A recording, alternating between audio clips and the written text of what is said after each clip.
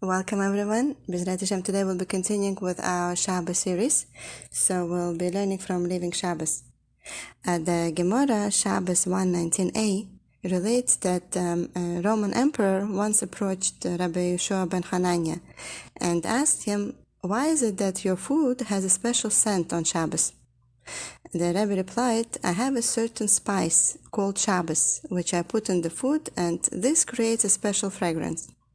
The emperor then asked Rabbi Yeshua to give him some of that spice, so that his food too will have this unique aroma.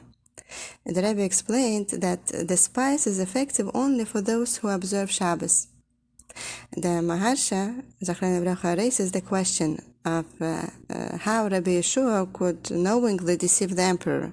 Was this not dishonest? How could he tell the emperor that there is such a spice which does not actually exist? The Maharsha answers that in truth there is a Mishnah that makes mention of a spice called Shabbos. So Rabbi Yeshua was referring to an actual spice, while at the same time alluding to the fact that one also needs Shabbos observance in order to experience the spice, this special flavor of this day. The Ben Ish Chai, Zachariah Bracha, in his work Ben Yehoyada, explains differently. He writes that there is, in fact, a special light, a certain energy of holiness that affects the food prepared in honor of Shabbos, lending it a special fragrance and flavor. Rabbi Yeshua was not speaking dishonestly. Shabbos indeed functions as a spice that enhances the aroma and taste of the food prepared for this special day. Elsewhere in his work, the Ben Ish Chai addresses the question of why Rabbi Yeshua describes this quality of Shabbos as a tavlin, spice. Why didn't he call it what it really is, a light or some type of kedusha? The Ben Ish Chai answers by telling of a man who once ate a Shabbos meal at his friend's house. For whatever reason, the guest brought along his own food.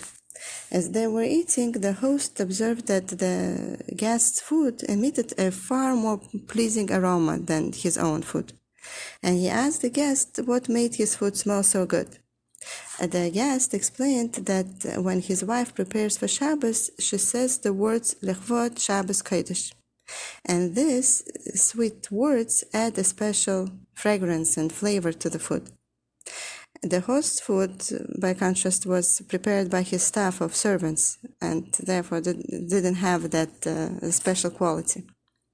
Indeed, the Ben Ish Chai cites the Arizal as teaching that whenever one makes any sort of preparation for Shabbos, any time during the week, he should declare that the action is taken Lichvod Shabbos Kodesh. And this will have a profound impact on the food or whatever it is that we're preparing for Shabbos. The reason, the Ben Ish Chai explains, is that because speech originates from the heart and thus has spiritual power. When a woman declares Lechvod Shabbos Kodesh as she prepares food for Shabbos, these words come from the heart and directly affect the food, infusing it with a special scent of Gan Eden, of the next world. Just as Yitzchak Avinu sensed the fragrance of Gan Eden when Yaakov entered to receive his blessing, similarly Shabbos, which is described as Me'ein Olam Haba, an experience resembling the experience in the next world, has a special scent which can be experienced when one says the words Lechvod Shabbos Kodesh as he or she prepares for Shabbos. For this reason, the Ben Ish Chai explained, Rabbi Yeshua described Shabbos as a tavlin, the letters of which can be rearranged to form the words Tni Lev, give your heart. The word Tni is written in a feminine form, as it is directed towards the women who prepare the food for Shabbos. They are to invest their hearts and feelings into the process and to express this emotion by stating that the food is being prepared Lechvod Shabbos Kodesh. This emotion is the spice that gives the Shabbos food its special fragrance and flavor. Someone recently told me that she was unable to cook for Shabbos, and people brought her food.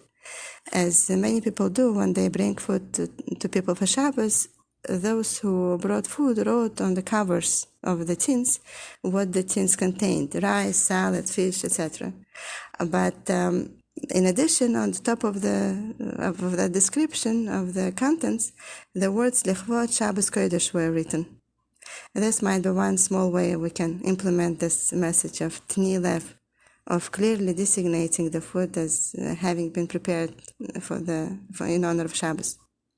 Anything we do for Shabbos at any point during the week, even Sunday, can have this effect on our enjoyment of Shabbos. So we should try to invest our feelings and emotions into each and every act we perform in preparation for Shabbos, so that we will be able to experience the special fragrance and flavor of this sacred day. Thank you for joining, and I wish you all an enjoyable and flavorful Shabbos.